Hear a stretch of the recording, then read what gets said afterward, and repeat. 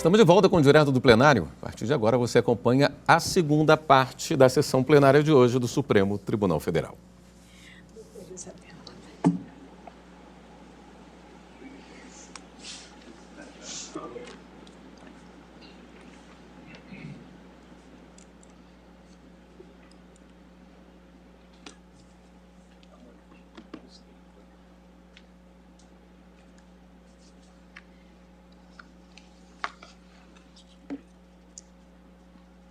Obrigada. Podemos sentar. Declaro reaberta a sessão,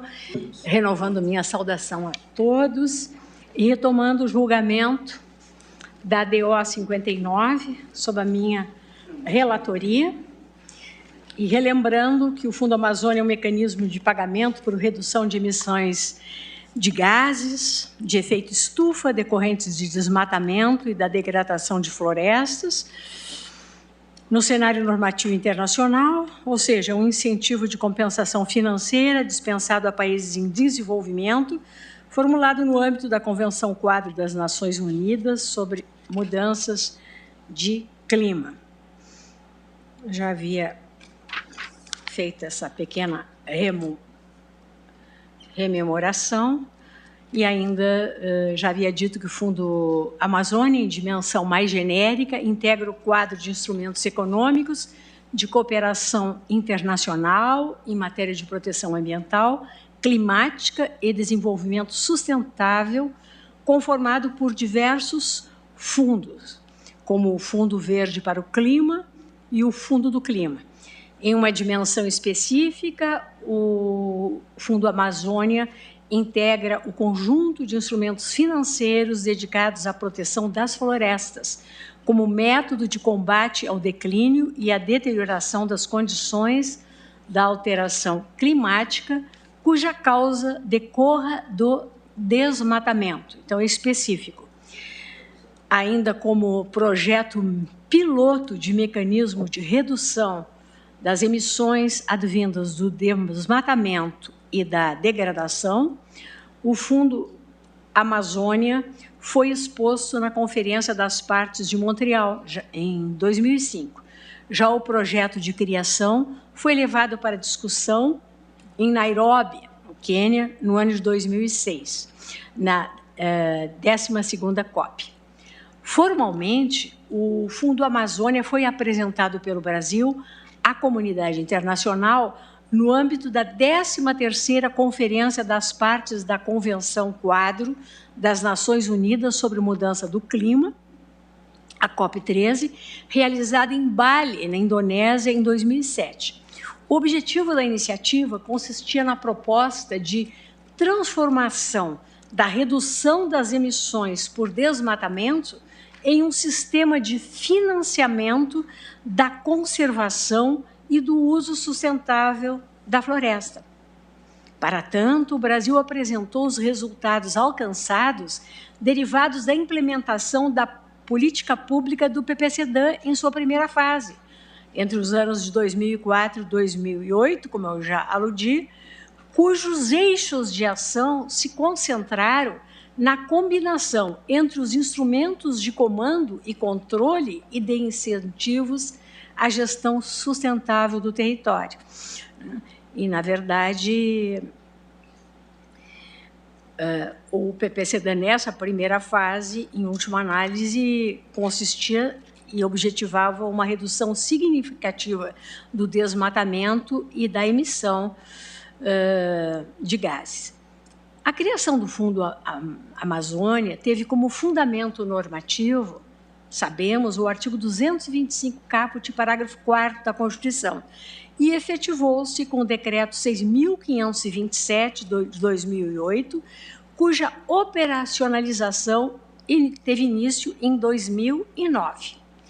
O seu diferencial como ação pública está no caráter instrumental de concretização das políticas nacionais de controle, prevenção e combate ao desmatamento e conservação das florestas e biomas. Afinal, a execução dos planos nacionais de larga escala no campo climático e de conservação ambiental demanda financiamento para a sua realização, sem o que se tornam planos programáticos e abstratos, destituídos de resultados fáticos. Nessa perspectiva, o Fundo Amazônia enquadra-se como um exemplo positivo e inovador de política ambiental financeira. O caráter referencial dessa ação decorre de duas premissas. A primeira, configurada na interação plural e cooperativa entre Estado e sociedade civil, aqui incluídas a comunidade científica, a comunidade empresarial e as populações locais, ante o declínio das formas clássicas de regulação. A segunda diz respeito à coordenação de ações de cooperação internacional baseada em pagamentos por resultados,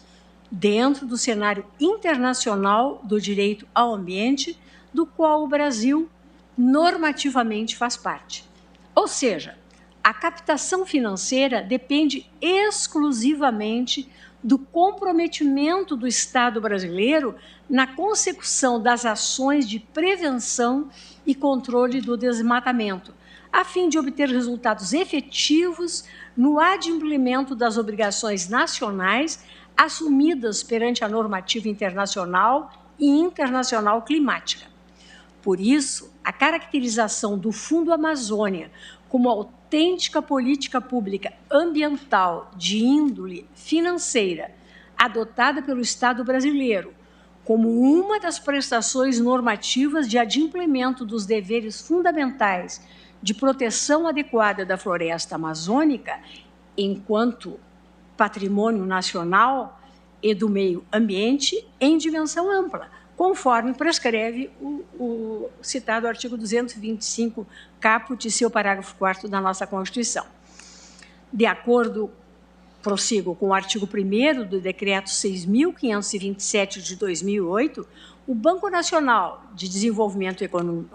Econômico e Social, o BNDES, fica autorizado a destinar o valor recebido das doações recebidas em espécie, apropriadas em conta específica denominada Fundo Amazônia, para a realização de aplicações não reembolsáveis em ações de prevenção, monitoramento e combate ao desmatamento e promoção da conservação e do uso sustentável da Amazônia Legal.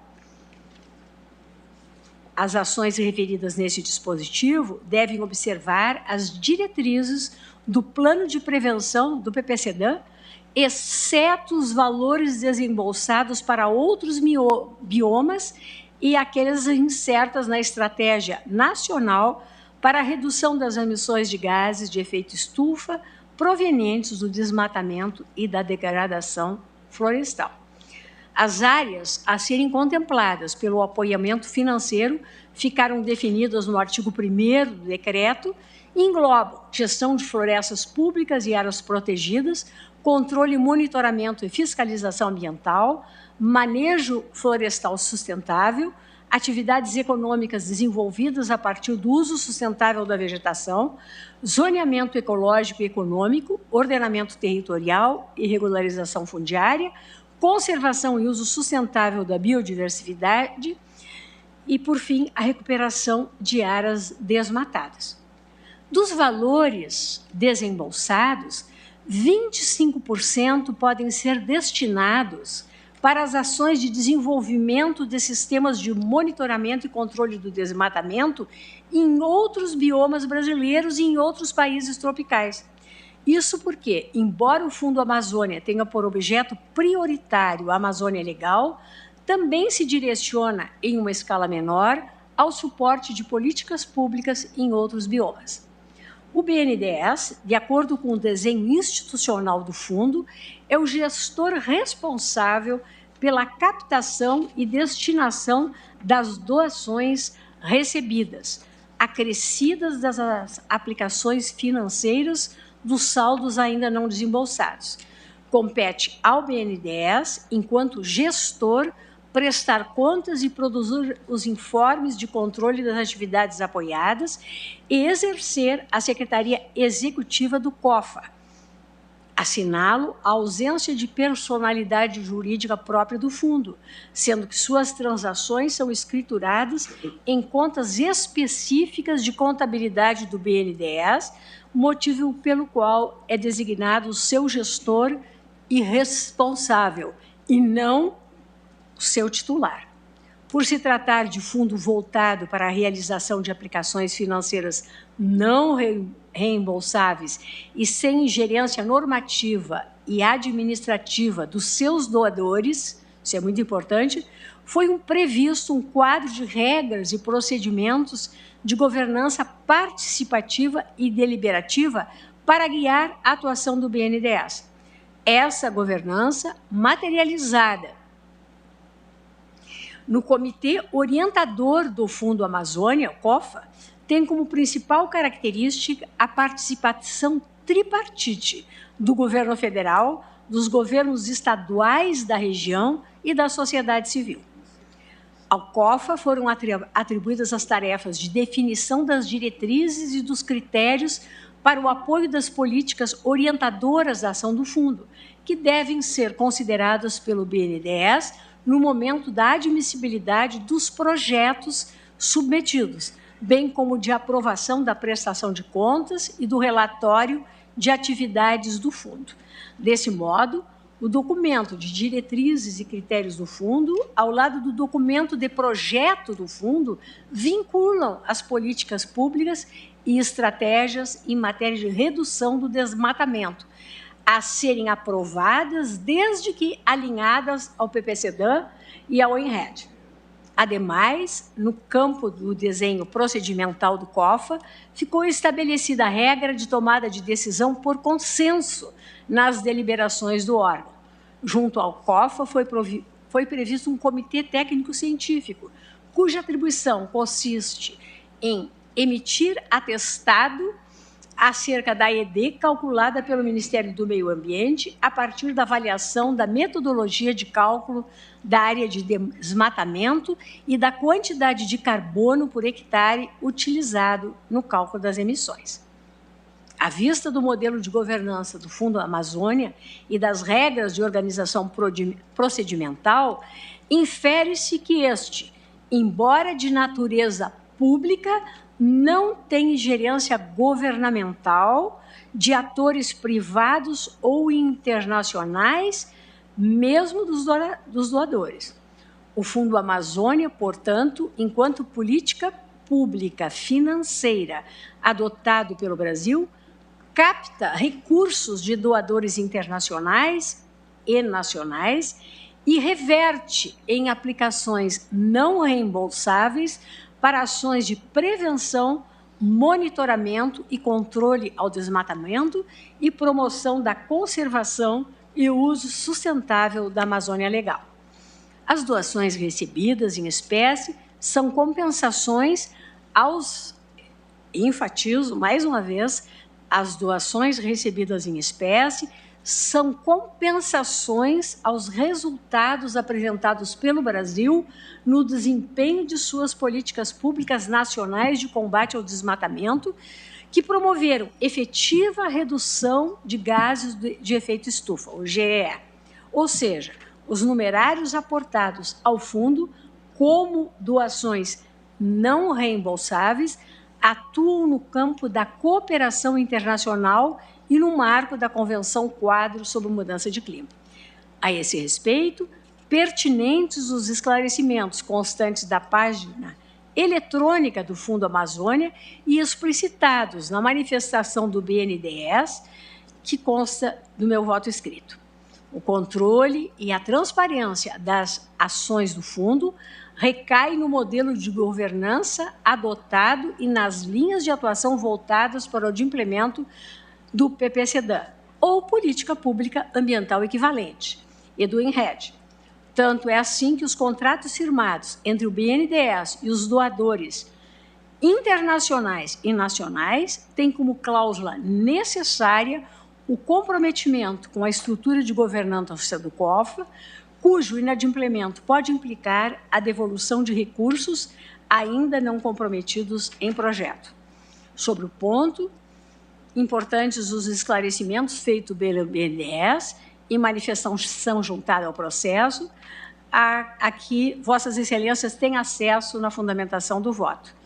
Eu entendo, no momento, trazer à colação apenas o seguinte aspecto, aspas, os contratos de doação celebrados entre o BNDES e os doadores prevêem expressamente a existência da governança que era realizada por meio do COFA e do CTFA, os quais, conforme mencionado, foram extintos pelo Decreto 9.759 de 19.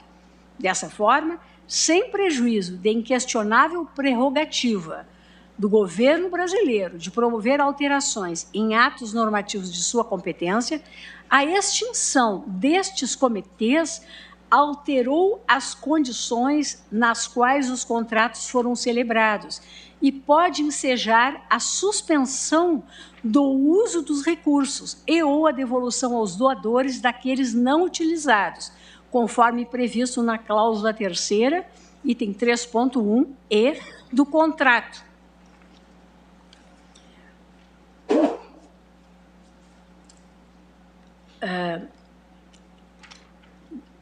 Do contrato com o KfW e artigo 7º, 1 do contrato Noruega. Esse último contrato, inclusive, previa a possibilidade de término do acordo com a exigência de devolução dos recursos ainda não comprometidos em projetos, com 3 meses de antecedência, conforme artigo 14, item 2. Nesse sentido, vale destacar que não apenas a extinção dos comitês acima, mas qualquer estabelecimento de uma governança diferente daquela estabelecida originalmente no Decreto 6.527 de 2008, tal qual a resposta estabelecida no item E do pedido desta ADIM, sem prévia negociação com os doadores, afeta os compromissos contratuais já estabelecidos com os doadores do fundo, podendo ensejar, inclusive, a restituição dos recursos já doados, conforme mencionado anteriormente. Eventuais mudanças na governança necessitam negociação prévia com os doadores e ajustes no documento de projeto que é referenciado diretamente nos contratos de doação. Grifos novos. Prossigo. Fecho aspas e prossigo. Conforme exposto, estão comprovadas a importância e a centralidade do Fundo Amazônia como principal política pública financeira em vigor de apoio às ações de prevenção, controle e combate ao desmatamento, conservação das florestas e desenvolvimento sustentável, seja por meio dos resultados fáticos obtidos com a implementação do PPC-CEDAM, seja por meio dos depoimentos das organizações não governamentais, dos secretários de Estado do Meio Ambiente, dos entes federados da Amazônia Legal e dos órgãos de controle e fiscalização envolvidos.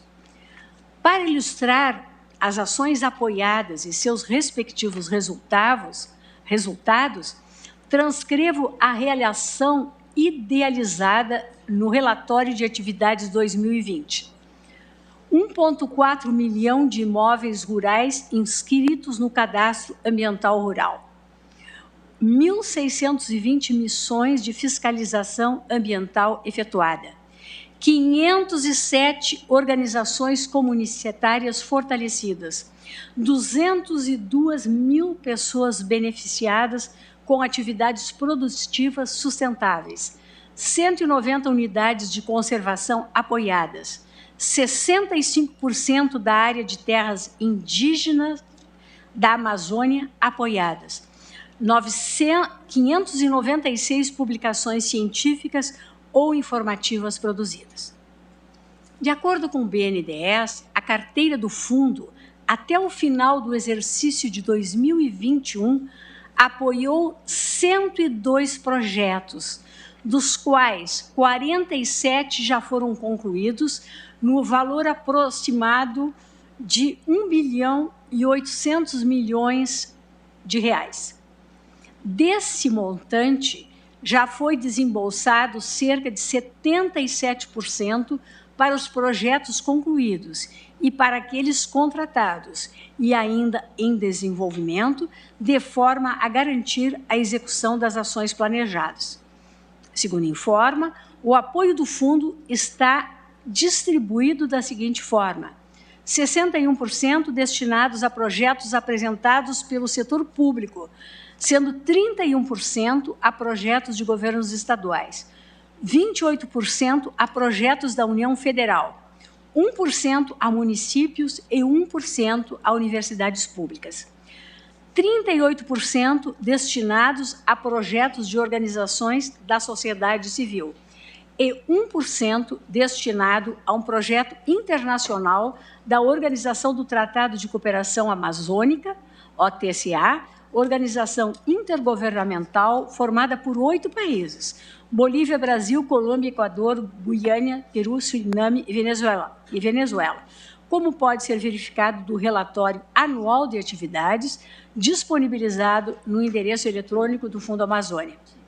Destaco, para ficar claro a respeito do conteúdo dessa política pública ambiental financeira, os valores recebidos pelo fundo e as aplicações desembolsadas. O BNDES assinala, na manifestação juntada, o recebimento de 3.694.693,53 em doações de quem? Da Noruega,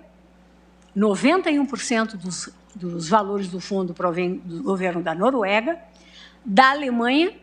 num percentual de 5,7%, e da empresa brasileira Petrobras, num percentual de 0,5%. Quanto à quantia, revela que a aplicação financeira das doações gerou receitas que totalizaram o valor acumulado de 4.800 bilhões. Esse valor apurado em outubro de 2020, conforme relatado na audiência pública, e tudo em decorrência dos rendimentos financeiros. Em conformidade com o relatório dos auditores independentes sobre as demonstrações financeiras, representadas no balanço patrimonial de 31 de dezembro do ano passado, as respectivas mutações do patrimônio líquido e fluxos de caixa, o Fundo Amazônia possui em caixa, a título de patrimônio líquido, com potencial de destinação a projetos, um numerário aproximado de 3.500 bilhões de reais. Nos exercícios de 2019 e 2020, o Fundo Amazônia não recebeu doações ante a paralisação do seu funcionamento ocorrida em 28 de junho de 2019, por decorrência da alteração na governança promovida pela edição dos decretos 9.759 de 2019, 10.149 de 2019 e 10.223 de 2020. E o aumento dos índices de desmatamento na região, que eliminou os resultados esperados pelo Estado brasileiro com as políticas ambientais e climáticas. O Decreto 9.759 de 2019 determinou, com início em 28 de junho de 2019,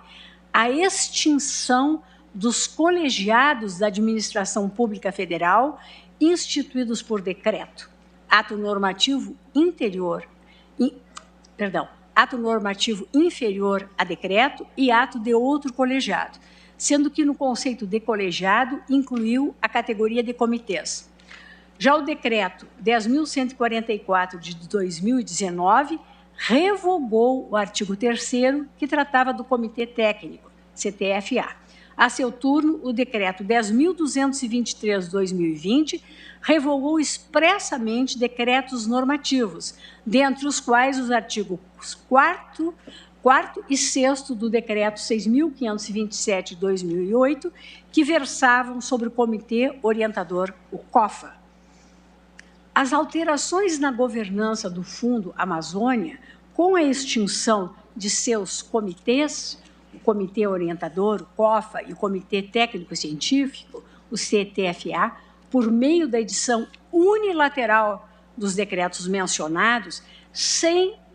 prévio consenso com os doadores internacionais, em razão dos contratos já firmados com fundamento na normativa anterior, acarretou a suspensão da avaliação e aprovação de novos projetos no âmbito do fundo e, por conseguinte, a aplicação dos recursos disponíveis em caixa. Essa suspensão encontrou justificativa, sublinho, na extinção dos órgãos de governança do COFA e CFTA, na medida em que esse novo desenho do fundo eliminou seu fundamento jurídico de operacionalidade e na alta dos índices do desmatamento. Isso porque é constitutivo das regras e procedimentos deliberativos do Fundo Amazônia o modelo de governança baseado no COFA e no CFTA, conforme referência do documento de projeto do fundo que fundamentou o decreto 6.527 de 2008, que o instituiu, e dos contratos de doação formalizados, tanto o contrato Noruega como o contrato KfW. Como demonstrado, o COFA e o CFTA são responsáveis, respectivamente, por estabelecer as diretrizes e os critérios de aplicação dos recursos do Fundo Amazônia, bem como aprovar o relatório de atividades e as informações sobre a aplicação dos recursos e atestar as emissões de carbono oriundas de desmatamento calculadas pelo Ministério do Meio Ambiente. Soma-se ao quadro de reorganização do Fundo Amazônia a edição do Decreto 10.144, de 2019, que institui a Comissão Nacional para a Redução das Emissões de Gases de Efeito Estufa provenientes do desmatamento e da degradação florestal, conservação dos estoques de carbono florestal, manejo sustentável de florestas e aumento de estoques de carbono florestal. Para além da disciplina da comissão, o Decreto 10.144 de 2019 revogou os artigos 2º e 3º do Decreto 6.527 de 2008, que versavam sobre a emissão de diplomas pelo BNDES de reconhecimento de contribuição financeira aos doadores e o CFTA. Sem estes órgãos, inexiste base jurídica para a captação de novos recursos e avaliação de novos projetos, motivo pelo qual, como dito, ficou justificada a suspensão das atividades do fundo e de recebimento de novas doações, as quais estão vinculadas à atuação do Estado brasileiro nas ações de combate ao desmatamento e preservação da biodiversidade e, por conseguinte, nos resultados derivados de redução do desmatamento e das emissões de gases de efeito estufa decorrentes. Recordo que, com a extinção do CTFA, a captação de novos recursos pelo BNDES ficou inviabilizada, independentemente da natureza do doador. Nesse sentido, convergindo com as razões desse voto, os resultados do relatório da avaliação a que já me referi, da governança, quanto à governança do Fundo Amazônia, exercida pelo Ministério do Meio Ambiente, relatório esse elaborado pela Controladoria Geral da União em decorrência de auditoria interna havida naquele Ministério a partir de 2019 e relatório, como também já disse, publicado em junho de 2022, que passo a destacar. Nesse relatório, a auditoria colocou duas questões que assumiram um status central. São elas: primeira, após a extinção do Comitê Orientador, do COFA, e do Comitê Técnico, CTFA, foi definida uma nova estrutura de governança para o Fundo Amazônia? Primeira questão. Segunda, em que medida a extinção do COFA e do CTFA, bem como a finalização do PPCDAM, impactaram nos resultados e nas boas práticas de governança do Fundo Amazônia?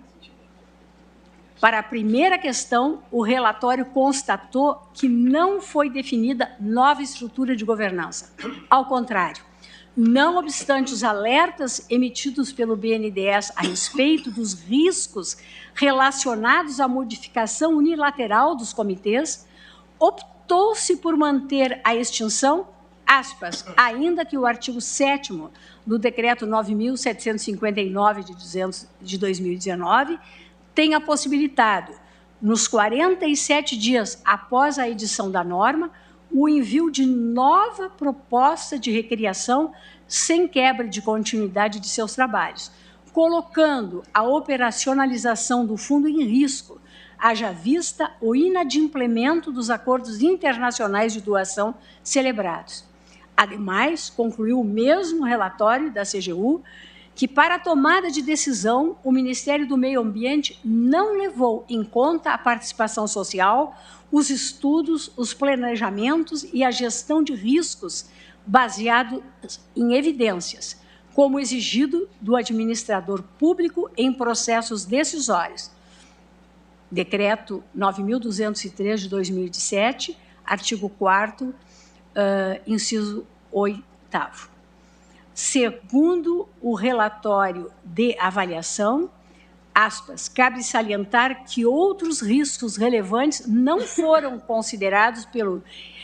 Ministério do Meio Ambiente, tendo em vista que o Fundo Amazônia, além de receber um montante significativo de recursos oriundos de acordos internacionais de doação, representa um importante instrumento financeiro para a execução de políticas que envolvem a prevenção e o combate ao desmatamento, assim como a PNMC e a Estratégia Nacional do REDD. Dessa forma, as medidas tomadas sobre a governança do Fundo Amazônia por parte dos gestores públicos possuem o potencial de impactar negativamente os resultados de tais políticas, sobretudo em um contexto de tendência de alta nas taxas de desmatamento na Amazônia, como pode ser observado no gráfico a seguir.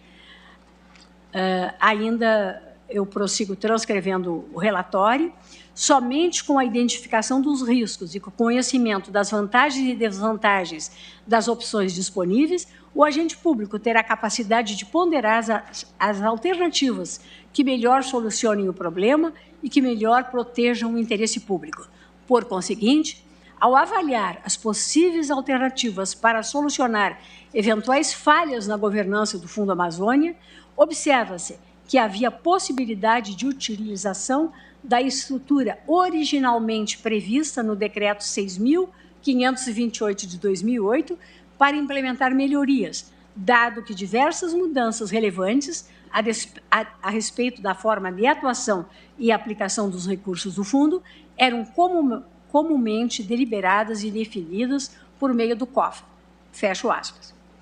Sobre o déficit de participação social e de diálogo nas propostas oferecidas pelo Ministério do Meio Ambiente para a nova estrutura de governança, o relatório foi enfático ao afirmar, aspas, caso o contexto de ausência de espaços de participação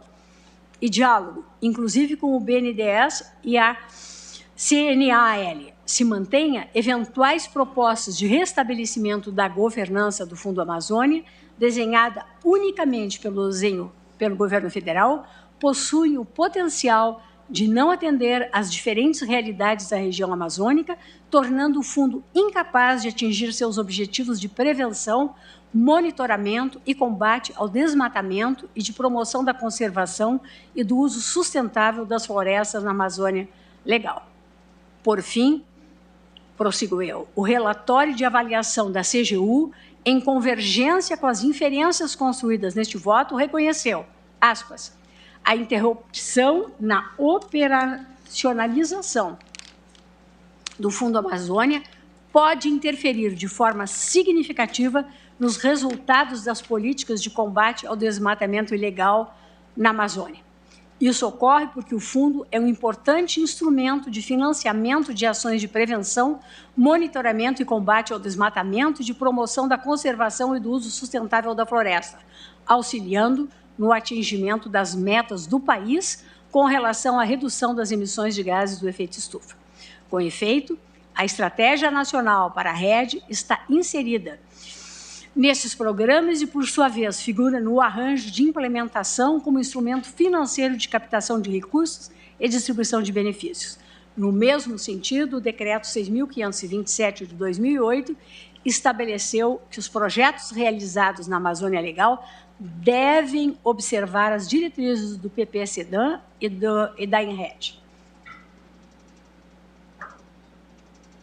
Falta um pouquinho só, mas esse relatório é tão importante, eu vou terminar de mencioná-lo. São, ainda com aspas, são vários os documentos que relacionam as políticas de combate ao desmatamento, as iniciativas de rede e a PNMC com o Fundo Amazônia. Dentre eles, vale citar a 4ª Comunicação Nacional do Brasil, que destaca o fundo no âmbito nacional como uma importante iniciativa de financiamento de ações de prevenção, monitoramento e combate ao desmatamento e de promoção da conservação e do uso sustentável da Amazônia Legal, juntamente com o Fundo Nacional sobre Mudança de Clima. A título comparativo, enquanto o Fundo Amazônia registrou, de 2014 a 2020, desembolsos não reembolsáveis anuais acima de 100 milhões, a execução orçamentária contou com cerca de 15 milhões, somados os últimos 4 exercícios financeiros, 15% de apenas um ano de desembolso do Fundo Amazônia. Delineadas as premissas quanto aos quadros fáticos, prossigo eu, e normativos da Amazônia Legal e da política pública ambiental financeira, que é o Fundo Amazônia, adentro na 4ª premissa do meu voto, que diz com o direito fundamental ao meio ambiente, os deveres fundamentais correlatos e a tutela do direito ao mínimo ecológico. Transcrevo o artigo 225 da Constituição Federal, que todos conhecemos, destaco o seu parágrafo 1º, e ainda o seu parágrafo 4º, onde prescreve que a floresta amazônica brasileira, a Mata Atlântica e a Serra do Mar, o Pantanal Mato-Grossense e a zona costeira são patrimônio nacional e sua utilização far-se-á na forma da lei, dentro de condições que assegurem a preservação do meio ambiente, inclusive quanto ao uso de recursos naturais. Da leitura e interpretação do artigo 225 da Constituição Federal, fundamento normativo do Estado de Direito e governança ambiental, infere-se estrutura jurídica complexa, decomposta em 2 direções normativas. A primeira, voltada ao direito fundamental, e a segunda, relacionada aos deveres de proteção de responsabilidade dos poderes constituídos, atores públicos e sociedade civil. Partindo do imperativo da tutela ao meio ambiente, o Constituinte elencou as obrigações descritas naquele preceito como fórmulas mínimas de proteção a serem cumpridas por todos, a fim de assegurar o direito ao mínimo ecológico. Aos biomas classificados como patrimônio nacional, o Constituinte impôs ênfase normativa, deixando ao legislador a obrigação de normatizar seu uso dentro da moldura do desenvolvimento sustentável e da lógica preservacionista. Deriva, pois, do artigo 225 da Constituição Federal, norma descritiva de direito fundamental ao meio ambiente, sublinho, assim como normas prescritivas direcionadas ao legislador, ao administrador e à sociedade civil. Esta última destinatária dos deveres de proteção ao ambiente, devido à dimensão objetiva do direito fundamental. Fixada a moldura constitucional do direito fundamental ao meio ambiente, em sua dupla face, em resposta às suas obrigações constitucionais, delineou a Política Nacional do Meio Ambiente, a Lei 6.938 de 81. Em um plano institucional normativo especial, de coordenação normativa do caput do artigo 225, com o parágrafo 4º, que densifica deveres de proteção das áreas ameaçadas de degradação, o planejamento e fiscalização do uso dos recursos ambientais e a recuperação de áreas degradadas, voltados para o bioma da Amazônia e do Cerrado e seus ecótonos na Amazônia Legal, o legislador, como resposta constitucional, publicou a Lei 12.187 de 2009, responsável pela inauguração do Marco da Política Nacional sobre Mudança Climática, que é o PNMC. O campo normativo nacional reconheceu, portanto, o clima como objeto particular de proteção, enquanto núcleo necessário do desenvolvimento das variáveis que formam a constelação do direito ao ambiente.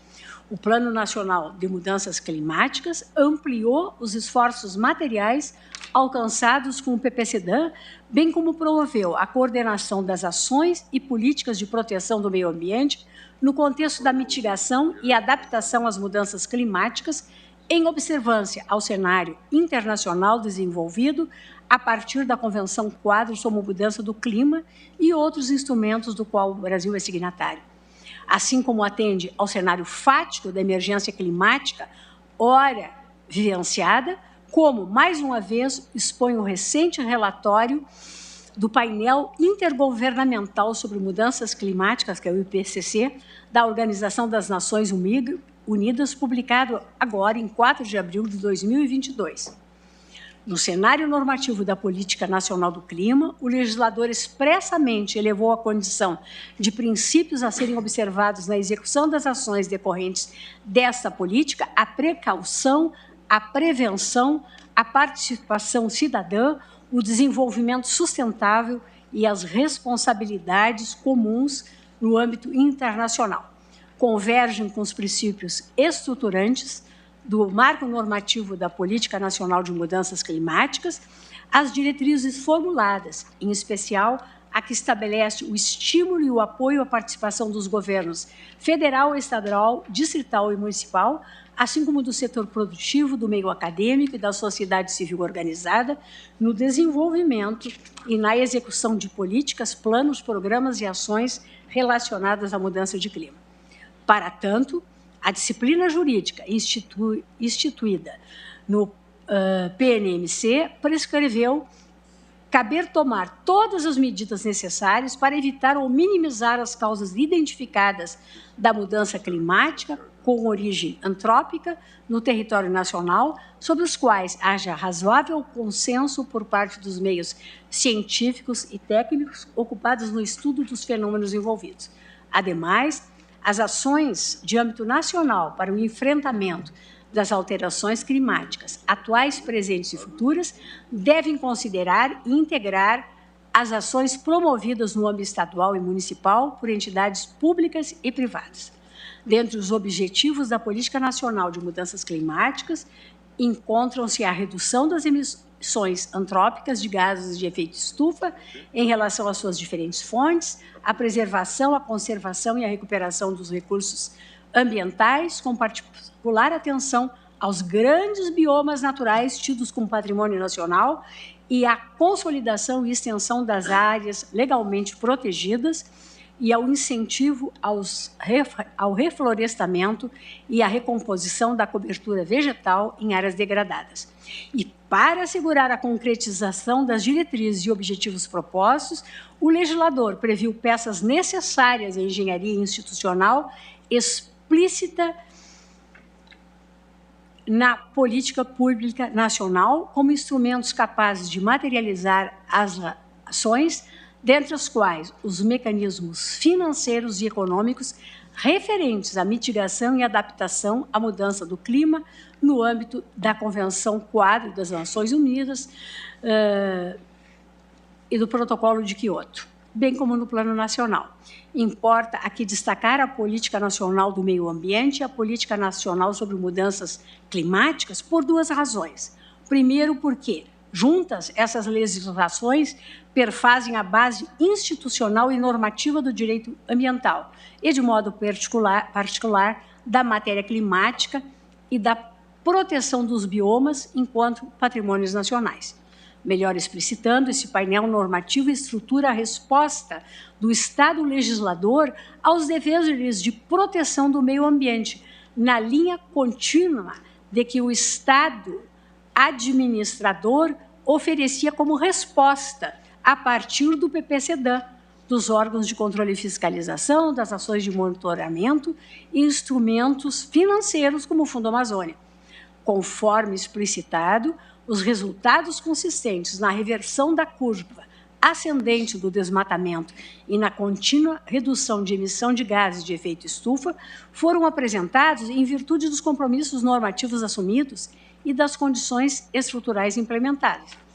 A segunda razão, a seu turno, consiste na natureza multifacetada e complexa do problema constitucional que se examina, fundada no argumento de omissão normativa quanto aos deveres de proteção da Amazônia Legal nas ações de prevenção, controle e combate ao desmatamento, enquanto fonte de emissão de gases de efeito estufa e degradação do ambiente. E uma das características da complexidade da controvérsia constitucional traduz-se nessa confluência entre as arenas ambiental e climática, uma vez que o resultado da redução nas emissões de gases de efeito estufa decorrentes do desmatamento implica o comprometimento público com as medidas de mitigação e adequação ao cenário de mudanças climáticas.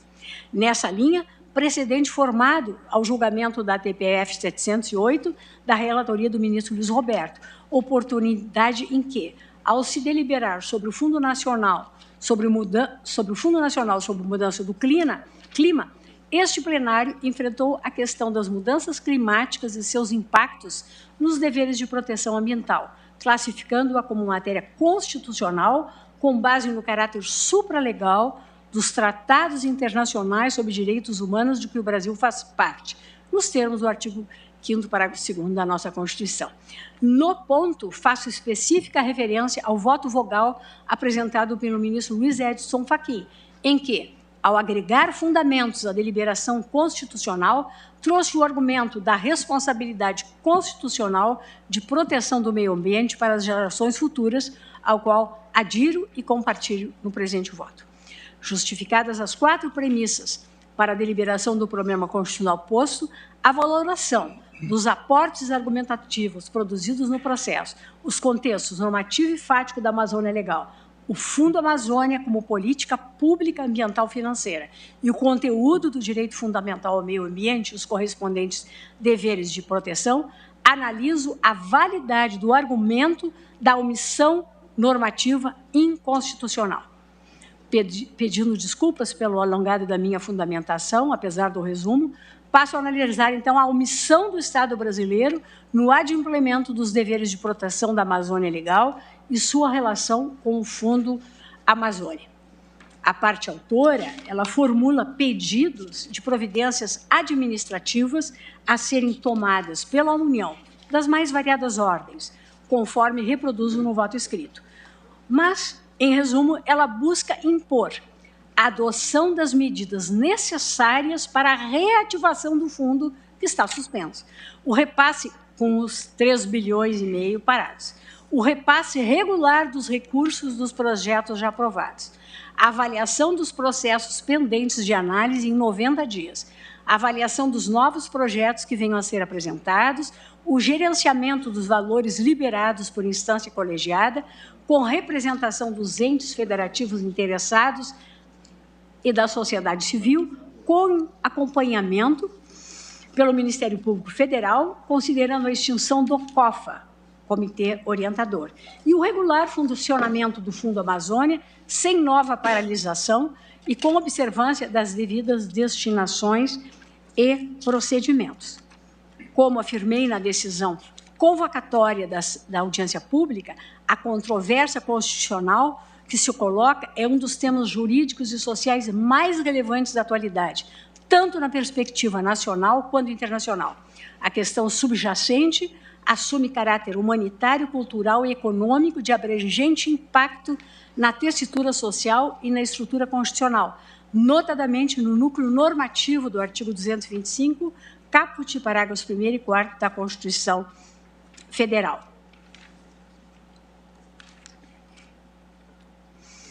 Que disciplina sobre o direito fundamental ao meio ambiente equilibrado e sobre o qual já me alonguei. O desenho constitucional do artigo 225, ao trazer uma normatividade de direitos e deveres, impõe um sistema de vinculação dos poderes constituídos, dos órgãos de Estado e da sociedade, aos deveres de proteção adequados e suficientes em relação ao direito fundamental ao meio ambiente. E, frente a essa arquitetura constitucional, infere-se a vedação da proteção insuficiente ou retrocesso institucional que implique redução no âmbito de proteção dos direitos ambientais já consolidados por medidas legislativas e administrativas. A vinculação jurisdicional da tutela jurídica do meio ambiente, nessa perspectiva, deve ser mediada pelo postulado da proporcionalidade, que, no caso específico, demanda análise do estado fático normativo subjacente para verificar a validade constitucional dos atos normativos erigidos ou omissos, no caso, pelo Poder Executivo em adimplemento aos deveres constitucionais de proteção suficiente do direito ao meio ambiente. Os precedentes judiciais formados por essa Suprema Corte em matéria ambiental apontam a construção dessa linha decisória quanto à identificação das medidas de controle da proteção, adequada ou inadequada, suficiente ou insuficiente, em observância aos princípios da precaução e prevenção que conformam a estrutura jurídica do bem ambiental. E aqui, para ilustrar, eu identifico as ADPFs 101, importação de pneus usados, ADI 4066 sobre o amianto, de igual forma a 3.937, a 3.406, ADI 4.901, que é o Código Florestal, ADI 4.350, sobre o seguro DPVAT e proporcionalidade, ADI 5.016, é a dispensa de outorga do direito de uso de recursos hídricos, ADI 4717, que diz com os espaços territoriais, especialmente protegidos, reserva legal para alteração, ADI 4.988, edificação por particulares em áreas de preservação permanente, e as ADPFs 747, 748, 749, proteção dos manguezais e papel do CONAMA. A experiência jurisdicional comparada igualmente demonstra a realidade complexa, multipolar e urgente da tutela do meio ambiente frente ao quadro de desmatamento e mudanças climáticas. E, nesse sentido, eu aqui relaciono inúmeros precedentes internacionais da Corte de Apelação do Paquistão, da Suprema Corte da Colômbia, da Corte da África do Sul, do Tribunal de Apelação do Reino Unido, da Suprema Corte da Holanda e da Corte Interamericana de Direitos Humanos. Senhora Presidente. Pois não. Se Vossa Excelência me permitir, quase beirando a falta de gentileza, intervir no voto de Vossa Excelência, especialmente nesta parte em que Vossa Excelência está dialogando com cortes constitucionais de outros países, o que revela um patamar importante da construção do sistema global de proteção jurídica do meio ambiente. Eu estou a verificar, e dialogando também com os colegas, Vossa Excelência vai entrar agora na parte do voto de proposição deliberativa. Há um conjunto de compromissos que alguns dos membros aqui presentes terão que atender, então faço apenas uma ponderação se nesta parte, hipoteticamente, Vossa Excelência aqueceria com a ideia de principiarmos a próxima sessão com o voto de Vossa Excelência a partir do item 53. É uma mera sugestão e peço escusas pela intervenção, como disse, beirando quase a falta de gentileza com Vossa Excelência. Ministro Fachin, Vossa Excelência não comete nenhuma falta de gentileza. Eu que estava preocupada em cansá-los com essa fundamentação resumida numa próxima data. Mas, se assim se propõe, eu seguramente acato e agradeço a Vossas Excelências a gentileza de estarem a me ouvir. Desejo uma excelente noite a todos e declaro encerrada a sessão. Muito obrigado.